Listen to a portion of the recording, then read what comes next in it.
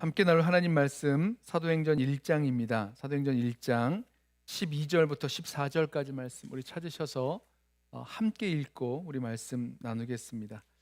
사도행전 1장 12절부터 14절까지 말씀 우리 함께 읽겠습니다. 제 성경은 신약 성경 187쪽에 있습니다. 사도행전 2장 12절부터 14절 함께 읽습니다. 제자들이 감람원이라 하는 산으로부터 예루살렘에 돌아오니 이 산은 예루살렘에서 가까워 안식일에 가기 알맞은 길이라. 죄송해요, 저 1장이라 그러지 않았나요? 2장이라 그랬나요? 1장 12절. 네, 다시 읽겠습니다. 제자들이 감람원이라 하는 산으로부터 예루살렘에 돌아오니 이 산은 예루살렘에서 가까워 안식일에 가기 알맞은 길이라. 들어가 그들이 유하는 다락방으로 올라가니 베드로, 요한, 야고보, 안드레와 빌립, 도마와 바돌로메, 마테와 및 알페오의 아들 야고보, 셀롯인 시몬 야고보의 아들 유다가 다 거기 있어 여자들과 예수의 어머니 마리아와 예수의 아우들과 더불어 마음을 같이하여 오로지 기도에 힘쓰더라. 아멘. 우리가 지난 시간까지 우리 이 총신대 신약학 교수였던 유상선 목사님의 예수님의 기도라는 책을 중심으로 예수님 기도를 배웠습니다. 누가복음에서 보여주는 누가복음에만 이렇게 독특하게 나와 있는 그 예수님의 기도하시는 모습을 통해서 또 예수님께서 가르쳐 주신 기도에 대한 교훈들 또 가르침들을 통해서 예수님의 기도를 배웠습니다. 예수님의 그 기도하시는 모습을 보고 예수님께서 가르쳐 주신 기도의 내용, 또 기도의 방법, 기도의 자세, 기도의 응답 이런 것들을 살펴보면서 예수님의 기도를 배웠죠. 그런데 여기 놀라운 점이 하나 있는데 그것은 누가복음에 나오는 예수님은 처음부터 마지막까지 기도하시는 예수님이셨는데 놀랍게도 제자들은 처음부터 마지막까지 기도하는 모습을 전혀 보여주지 않습니다. 그러니까 제자들이 시험에 들지 않게 깨어 기도하라 말씀하셨는데 기도하지 않고 시험에 넘어지죠. 그리고 누가복음의 처음부터 마지막까지 이 제자들의 기도하는 모습을 전혀 찾아볼 수가 없습니다. 기도하라라고 같이 기도하자라고 했을 때 예수님 옆에서 졸며 잤던 그런 제자들의 모습은 있지만 기도하는 모습을 볼 수가 없었어요. 기도하시는 예수님의 모습을 전혀 담지 못하고 실천하지 못한 제자들의 모습 우리가 대조적으로 우리가 볼 수가 있죠. 그런데요, 이 사도행전에 들어오면서부터 제자들에게 변화가 생겼습니다. 제자들이 기도하는 사람이 됩니다. 예수님처럼 기도하는 사람이 되죠. 그리고 제자들의 기도가 변했을 때에 교회는 놀라운 그런 능력 있는 교회로 변화되고 사도들은 능력 있는 교회의 지도자들로 변화가 됩니다. 예수님처럼 철저하게 기도하고 말씀을 전하는 그런 사도들이 되죠. 사도들이 있는 곳에는 기도가 꼭 있었고요. 기적이 나타나고 능력이 나타나고 또 예수님께서 누가복음에서 원하셨던 그런 기도하는 제자들의 모습을 보여줍니다. 자, 오늘부터 초대교회의 기도라는 그런 큰 주제로 우리 금요 찬양 기도의 말씀을 전하려고 하는데 사실은 이게 새로운 게 아닙니다. 예수님의 기도라는 그 책의 두 번째 그 파트가 바로 이 예수님의 기도의 두 번째 파트가 이 초대교회의 기도입니다. 그러니까 제자들이 예수님의 기도하시는 모습을 보았죠. 그 기도 소리를 들었죠. 또 예수님이 가르쳐 주신 기도를 배웠습니다. 그런데 제자들이 기도하지 않았잖아요. 그러다가 제자들이 예수님이 십자가에 죽으시고 또 부활하시고 그 이후에야 제자들이 예수님 닮은 기도를 하게 되고 또 예수님의 기도에 헌신하게 되면서부터 제자들이 변하고 또 교회가 변하는 놀라운 그런 일들이 생겨납니다. 이제 앞으로 이제 초대교회의 기도들을 사도행전 통해서 살펴보게 될 터인데 우리가 이미 보았던 예수님의 그 기도를 제자들이 어떻게 닮아갔는지 예수님의 기도가 이 제자들의 기도들 속에서 어떻게 나타나는지를 보시게 될 것입니다.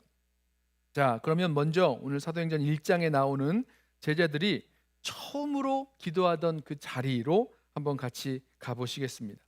사도행전 1장 14절 말씀을 보면요, 120문도 오순절 마가 요한의 다락방에서 기도하였던 그 120문도의 전폭적이고 헌신적인 기도가 나옵니다. 그런데 이 기도가요, 아주 역사적으로 중요한 의미를 담고 있습니다. 이 기도를 통해서, 이 기도를 시작해서 일종의 이 교회의 역사가 바뀌는 그런, 뭐라 그럴까요? 뭐 분기점이 된다고 할까요? 분수령이 되는 그런 자리가 됩니다.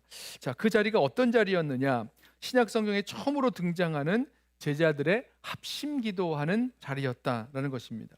지금까지 기도하지 않던 예수님의 제자들이 여기서부터 기도하기 시작하는 거죠. 놀라운 것은 제자들이 그 기도를 하는데, 그 기도가 바로 예수님께서 보여주셨던, 그리고 가르치셨던 그 기도를 제자들이 하기 시작했다라는 점입니다.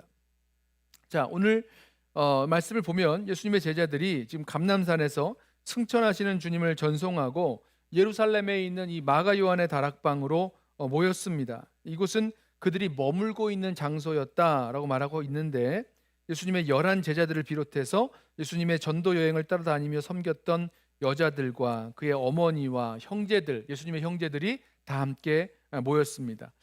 이들 다 합쳐서, 이들과 다른 사람들을 다 합쳐서 120여 명의 제자들이 이 다락방에 모여 있었습니다.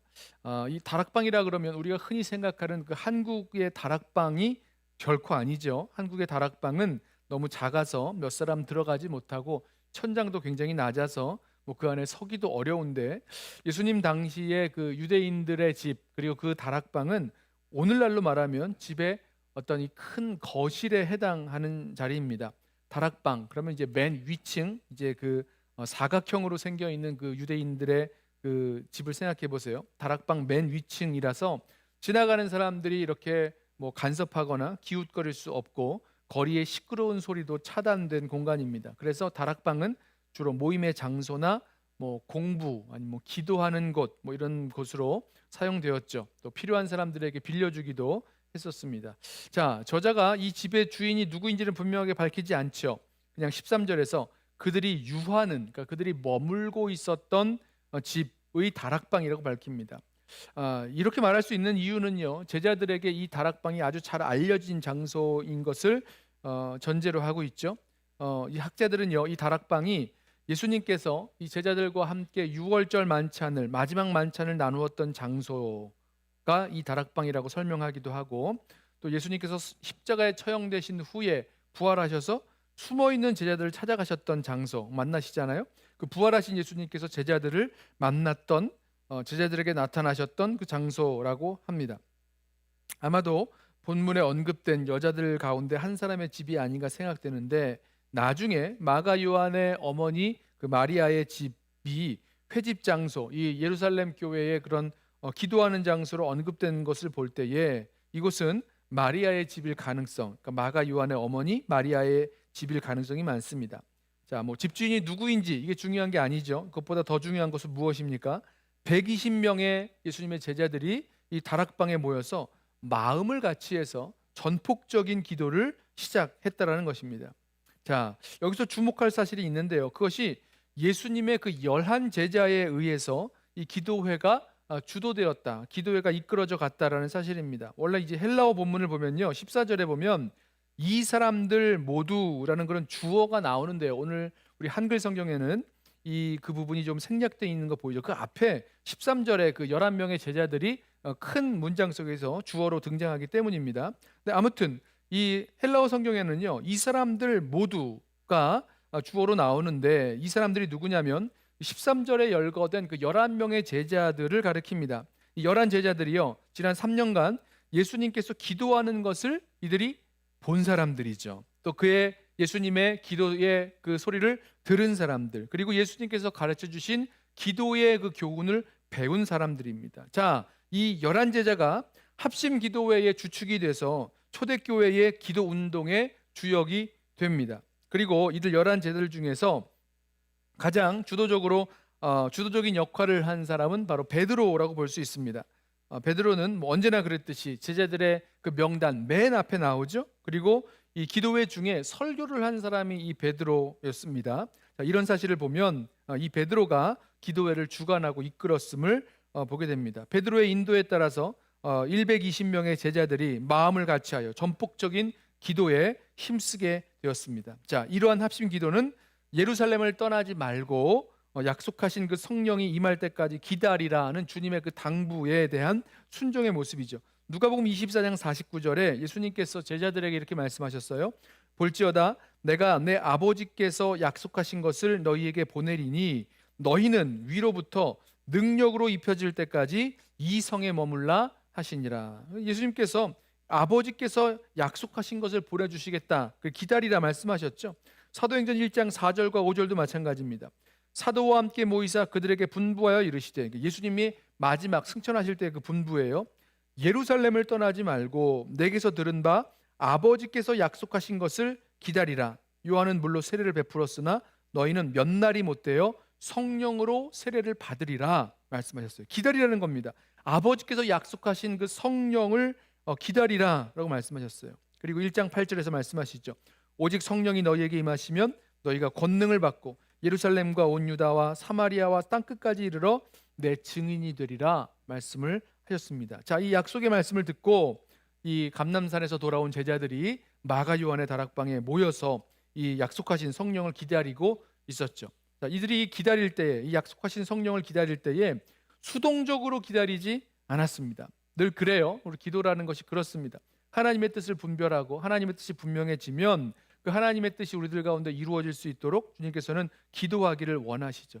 기도해야지만 이것이 정말 하나님의 뜻 가운데서 이루어진 것인지 우리가 알 수 있기 때문입니다. 자, 수동적으로 기다리지 않았고요. 이 제자들은 120문도와 함께 적극적으로 기도하면서 하나님께서 약속하신, 또 예수님께서 아버지로부터 받아 보내주겠다고 약속하신 그 성령의 선물을 기다렸습니다. 자, 이 기도는요, 기독교 역사상 최초의 합심 기도였고, 이 기도가 바로 초대교회의 근본적인 특징을 형성합니다. 여러분 기억하세요? 초대교회는요, 기도하는 교회였습니다. 기도하는 교회였어요.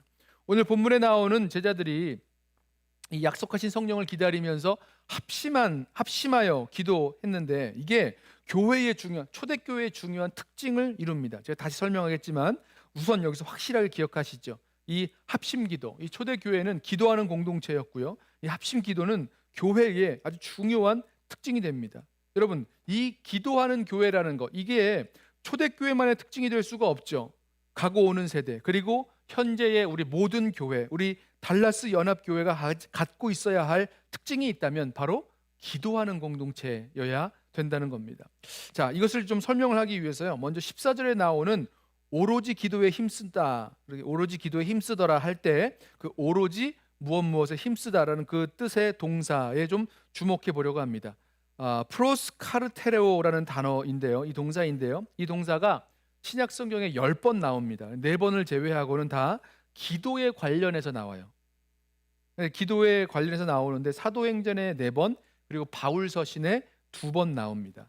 자, 이 동사가요, 목적어로 사람을 취하면 그 사람에게 충성을 다하는 것, 열심을 다하는 것, 열심히 섬긴다는 것, 이럴 때 쓰는 동사입니다. 예를 들면 부하가 상관을 성실하게 섬긴다라고 할 때 이 동사를 쓰죠. 제자가 스승을 성실하게 따른다 할 때, 사도행전 8장 13절을 보면 시몬도 믿고 세례를 받은 후에 전심으로 빌립을 따라다니며, 자, 이렇게 전심으로 따라다닌다라고 할 때 바로 이 동사를 사용합니다. 그런데요, 이 동사를 잘 보면요, 이 목적어로 사람이 아니라 어떤 사물이나 물건을 취하면, 그러니까 목적어가 이제 사물이나 물건이에요. 그렇게 사물이나 물건을 취하면 그 일에 집요하게 전념하는 것을 뜻합니다. 인내를 잃지 않고 끝까지 어떤 일을 성실하게 헌신적으로 감당하는 것을 의미합니다. 오늘 14절에서 이 동사가 무엇을 목적으로 취하고 있냐면 기도를 목적으로 취하고 있는데요, 그래서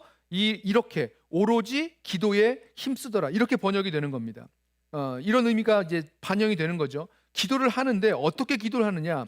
굳세게 참고 인내하면서 끝까지 끈질기게 간절하게 헌신적으로 하는 그 기도를 하였다라는 것을 말합니다. 여러분, 이렇게 오로지 기도에 힘쓰는 이 헌신적인 기도를 누가 했느냐? 한두 사람만 이런 기도를 하고 있었던 것이 아니었습니다. 11명의 제자들만 이렇게 모여서 기도했던 것이 아니었어요. 120명의 제자들이 모두 함께 모여서 한 마음으로 이와 같이 기도를 하고 있었다. 게다가 여기 주동사로 쓰여진 그 미완료 시제를 보면 그 힘쓰다의 현재 분사, 아까 말씀드린 그 동사와 함께 이 합심 기도는 계속해서, 그러니까 한 번 딱 하고 끝난 것이 아니라 계속해서 헌신적인 그 기도가 진행되고 있었다라는 것입니다. 자, 무엇에 대한 헌신적인 기도일까? 무엇을 위한 헌신적인 기도일까? 분명하죠. 주님께서 그 약속하신 그 성령, 아버지로부터 받아 보내주실 그 약속하신 그 성령을 기다리면서 그 성령의 강림을, 또 성령 충만함을 간구하며 헌신적으로 기도하고 있었다는 거죠. 때로는요, 우리가 이 기도에 대해서 생각할 때, 아니 하나님께서 주신다고 하셨으면 그냥 주시는 거지, 뭘 그렇게 힘들게 기도까지 해야 되는가, 이런 생각을 할 때가 있어요. 예수님께서 뭐 말씀하신 대로 이 성령으로 세례를 받으리니 예루살렘을 떠나지 말고 아버지께서 약속하신 그 성령을 기다리라, 이렇게 말씀하셨으면 주신다 그러셨으니까 뭐 주실 텐데 뭘 이렇게 간절히 기도까지 해야 하는가, 이렇게 생각하실 분들이 있는데, 그렇지 않죠. 이렇게 주님께서 약속하신 것, 주님께서 하시겠다고 말씀하신 것을 붙들고 기도할 때에만 그것이 정말 주님의 역사요, 기도의 주님께서 우리들 가운데 하신 그런 기도의 역사인 것을 우리가 깨닫게 되죠.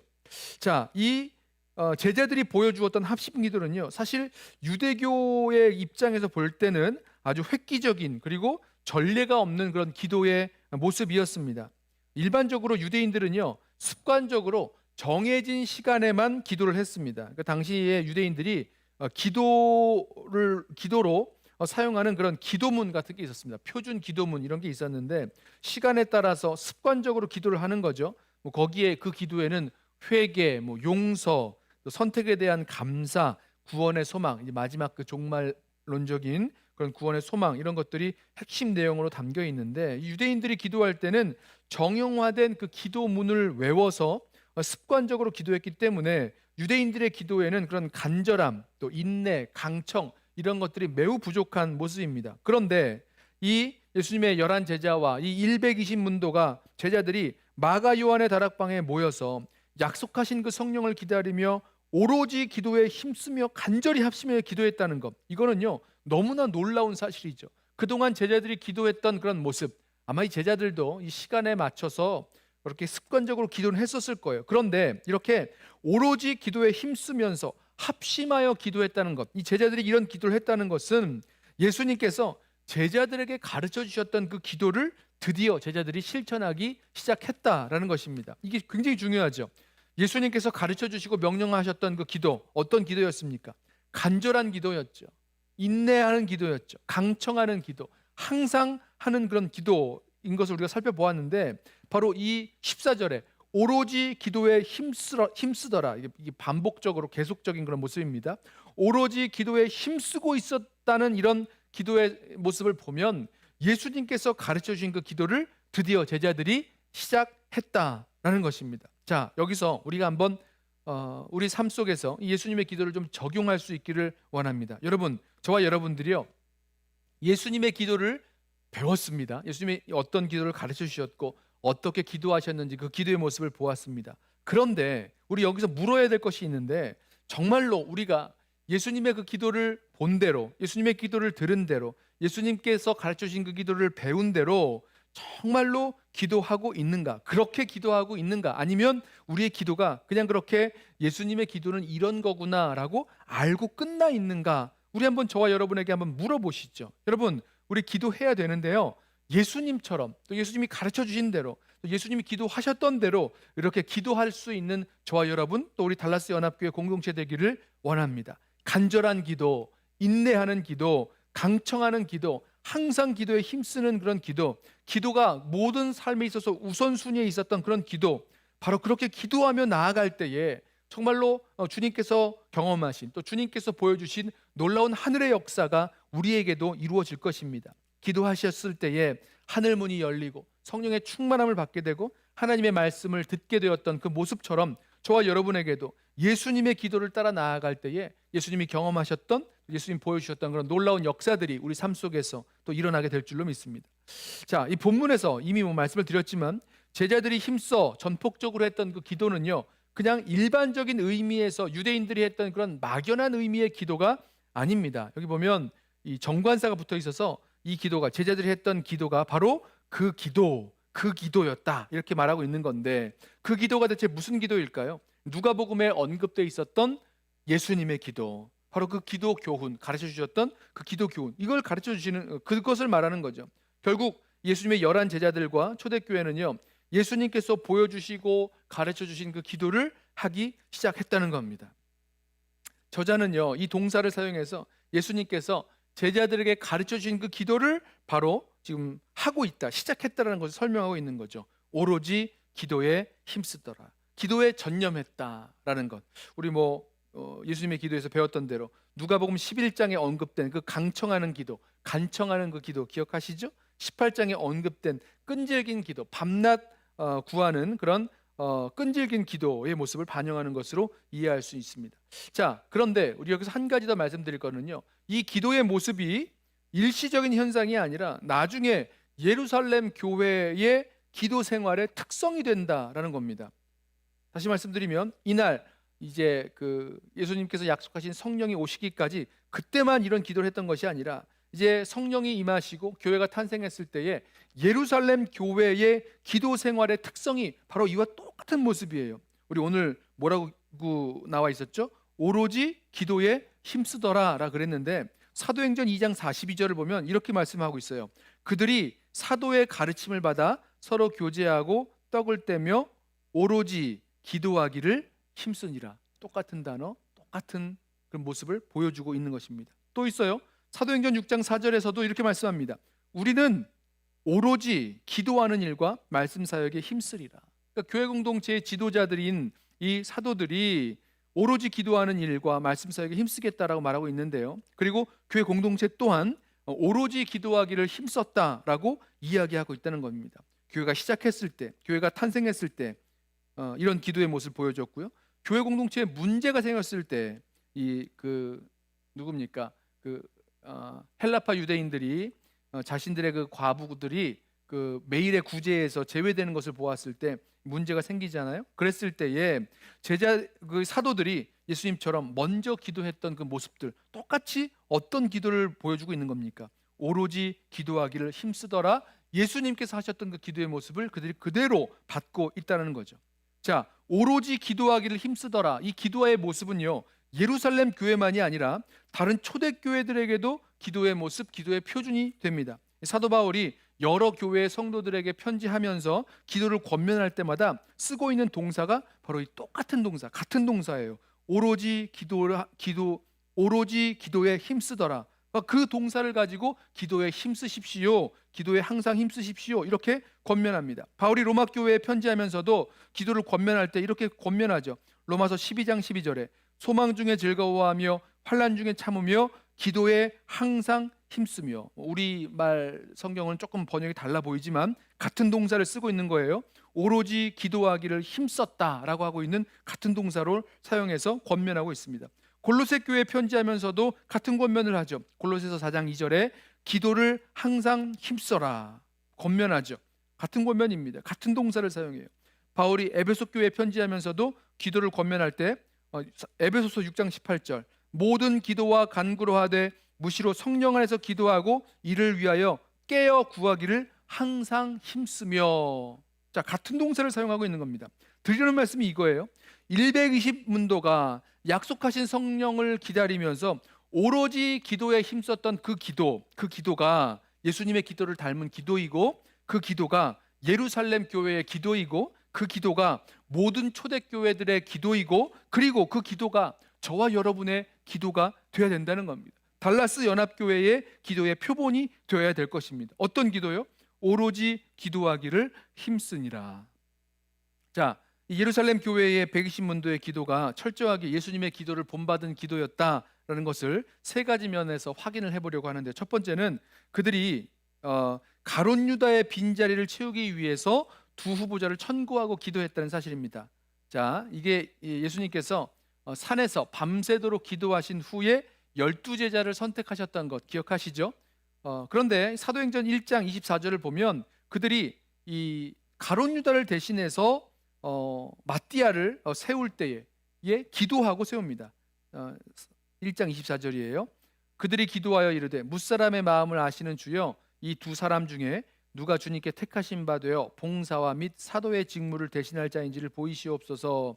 유다는 이 직무를 버리고 제 곳으로 갔나이다 하고 이렇게 말씀하는데, 여러분 그들이요 이렇게 기도하고 제비를 뽑아서 마띠아를 하나님께서 택한 사도로 인정하게 되었습니다. 놀랍게도 그들은 주님께 기도했다 말씀하는데, 여기서의 주님은 누구냐면 여호와 하나님, 하나님 아버지가 아니라 하나님 보좌 우편에 높임을 받으신 주 예수 그리스도를 가리킵니다. 이제 사도행전 2장 33절부터 그 이하를 보면, 또 5장 31절을 보면 사도들이 전할 때 이렇게 전하죠. 하나님께서 십자가에 죽은 예수를 다시 살리셔서 주와 그리스도가 되게 하셨다 말씀하죠. 그래서 사도행전에서의 주님은 하나님을 우리 이 유대인들이 부를 때 아도나이, 주라고 부를 때 그 주님은 주님이 아니라 사도행전에서 말하는 주님은 대부분 예수님을 말하고 있는 것입니다. 자, 제자들은 산에서 밤을 새워 기도하신 후에 12제자를 선택하신 그 주 예수님의 그 기도를 본받아서 이들도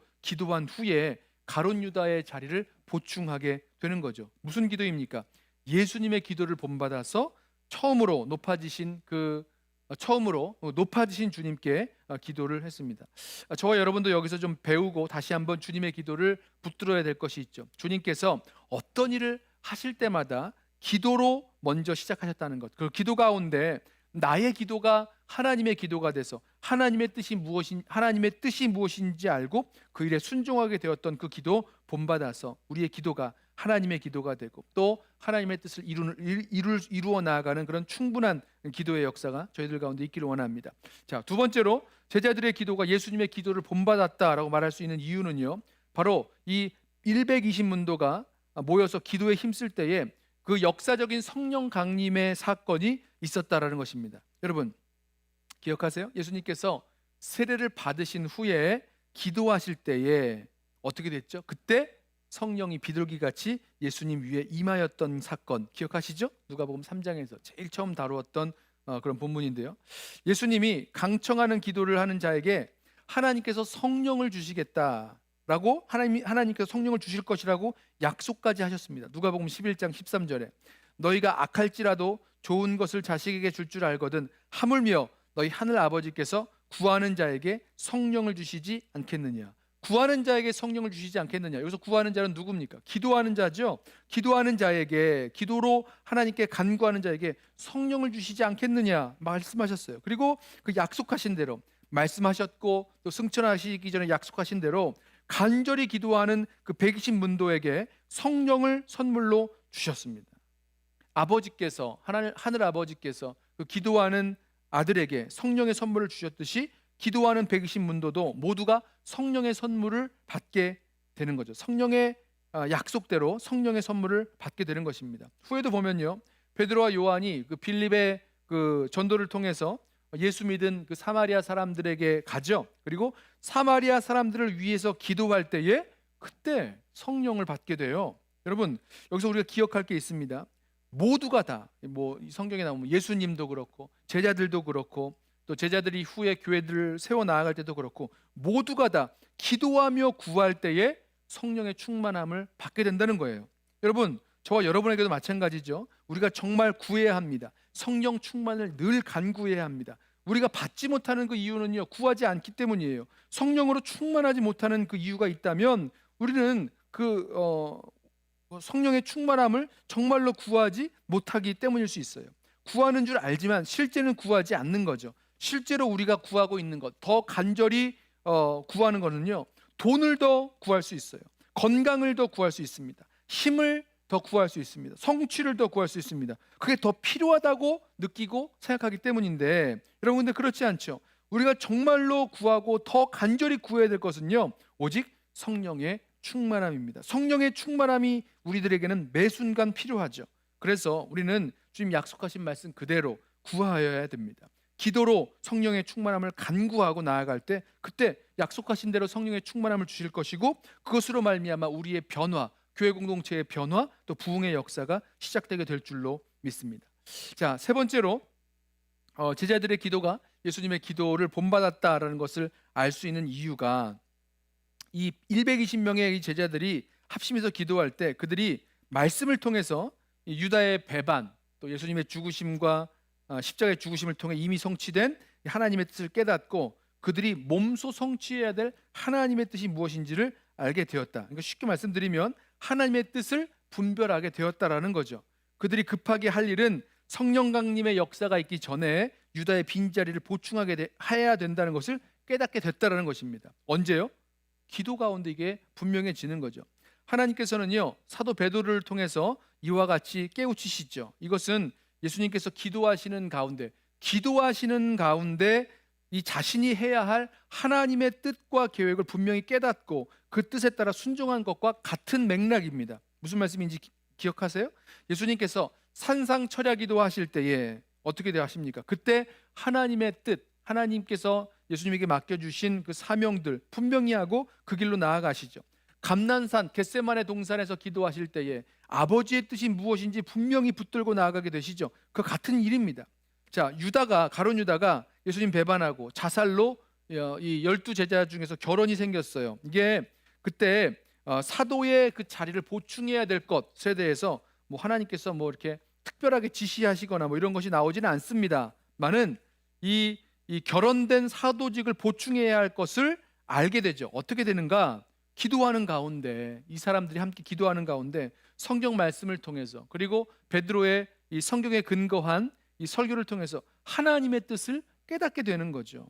하늘에서 들리는 하나님의 목소리가 아니라 성경에 기록된 말씀을 통해서 하나님의 뜻을 깨닫게 됩니다. 베드로가 시편 69편 25절 또 109편 8절에 근거해서 가룟 유다의 그 죽음을 이해하죠. 사도행전 1장 20절에 나옵니다. 시편에 기록하였으되 그의 거처를 사도행전 1장 20절 이렇게 기록되어 있죠.